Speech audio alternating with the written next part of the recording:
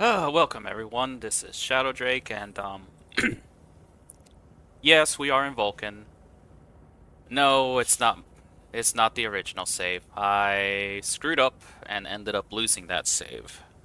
It just goes to show that when I do tutorials or to do little things from each video, I tend to spend some time, make materials and stuff, and so I usually make a backup of that, so that way I can just do that on my save, not lose stuff or lose progress or spend materials, and then proceed ahead. So yeah, that last footage for going through the solar system, that was my last save, which I thought I had backed up, and once I deleted it, well, that was my actual save I deleted. So it is unfortunate, but so this video is gonna be more of a debrief for kind of why I did that project. So the original intent of the project was to try to get a cooling setup before day 7. This setup right here that I've got here for this Vulcan took quite a lot of time to get set up, and it's got a lot of piping running everywhere. But the thing is, the cooling setup I didn't have until day 80. So for the longest time, I've been surviving literally off of a portable AC. And while that has been useful, it got kind of annoying to come into the base. Notice it's 38 Celsius. Assemble my portable AC, turn it on, cool it down to something livable, and then go back outside and do work. Or what I tend to do is turn on the portable AC, forget that I did that, leave, come back, my base is -2 Celsius, and my plants are either dead or dying. So, yeah, it's been a thing. But where I was in the other save, having, you know, having that phase change set up by day 7 to keep my base cool, it has done a wonderful job, is all I can say. Did I go overkill with the phase change? Yeah. Could I have done it with atmospherics AC? Also, yeah. I wouldn't do it with the wall cooler. I'm just not gonna do it with the wall cooler. As you saw, I literally run off of one station battery and a bunch of coal power a lot. And that wall cooler would have eaten that much faster than what an atmospherics AC would have done. And so, as you can kind of see, my atmospherics takes a very similar approach. There's my cooling towers that are cooling this tank of volatiles, in this case, because when I originally did this, I threw away the CO2. I thought I had no need of the CO2 because it was just going to be a pain in the butt to cool. Well, the problem with that was that if I needed volatiles for my fuel mixes, I then kind of screwed myself over. And then had to pump in some, you know, relatively hot volatiles to my volatile pipe, and then cool that one. And so that's why I started storing CO2, because I wanted to actually be smarter about that usage and cool CO2 and actually have a legitimate tank of filled with a ridiculous number of volatiles that I could just cool and then have a huge surplus of volatiles for fuel.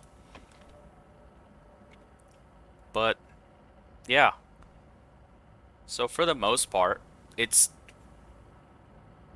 really has been about the same cooling setup.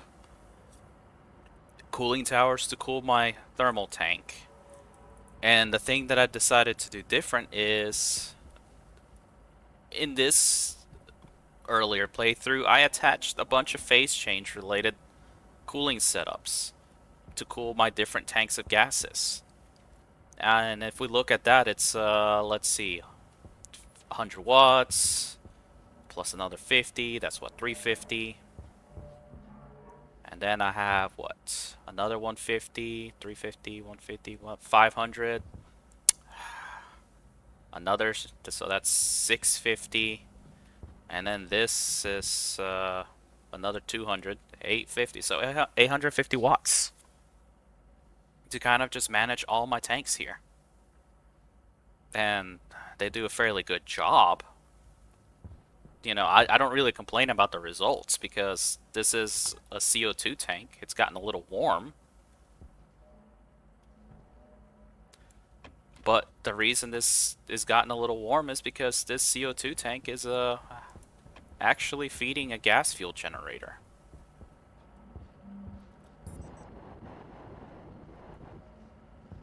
And that is in here. And before I go in there, taking off my chip.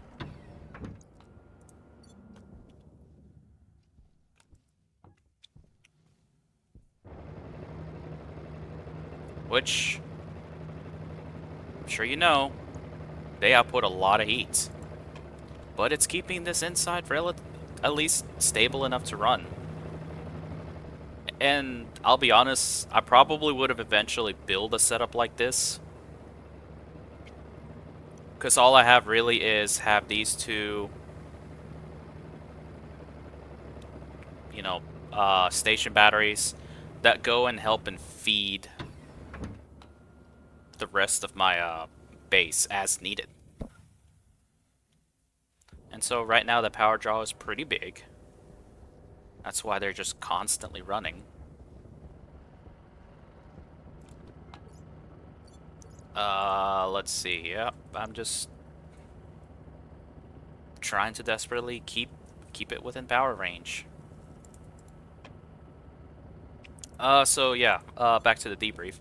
I mean, I was at that point. I'll be honest, at that playthrough, I was pretty much getting to this point where all I needed to do was just to build up my tanks, hook up a lot of tanks together, and just progress from there.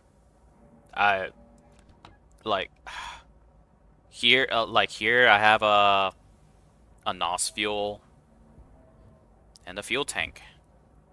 And again, I could have gone into rockets. Uh, NOS fuel is going to my centrifuges. And this was before I did Stirling engines, so I did test them out a little bit, trying to get them to work. Never really got good results. But yeah, not really much else I could really say. Uh, that other playthrough, I was getting there. I mean, I just needed to expand my greenhouse, get a little bit more oxygen, and I could have really made a lot of fuel and started going places.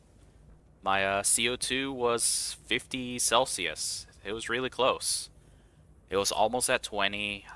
I was going to attach my oxygen tank, nitrogen tank, water and NOS tank, all to that CO2, and let it be a thermal buffer just to keep it all going. And if it was getting too warm, I would have just added another set of phase change loops, phase change device to help keep it cool down. I mean, at the time I lost my save, I was pretty much stable. And like I said, uh, the biggest win for that playthrough was the fact that I got a successful cooling setup by day 7, and I even tested it out here first to see whether it could actually work. That's how I got that idea, and I really didn't do much changes to that setup. It all worked out pretty well. So yeah, that's my debrief on that. So for a early phase change run, I would say was successful. Uh, I was getting to that point where I would have connected and done all my temperature regulation. If I hadn't accidentally deleted it, I really wasn't that far off. I was making water. I almost had a huge tank of CO2 that I could cool. And then really, I would have just refined my furnace and gotten some centrifuges and storage. And that would have been it.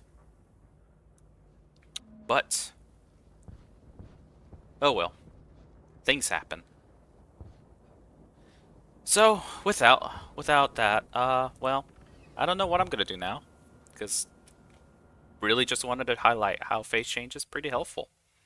And definitely useful. I should put my chip back. There we go. But, I mean, this base even started just about the same way. I mean, you can kind of see how I separated things. But it was almost the same beginnings. And, yeah, all my plants.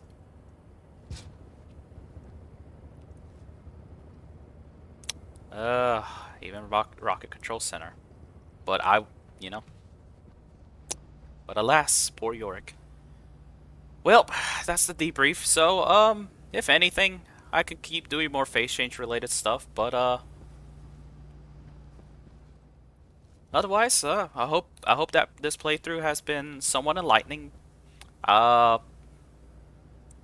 Seeing how messy I am, still very messy.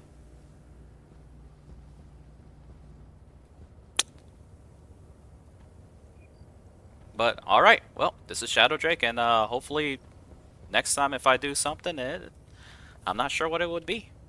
Probably would need some ideas, or I'll just take a break for a little bit. But all right. Hopefully catch you later if I do come up with something, and have a good day.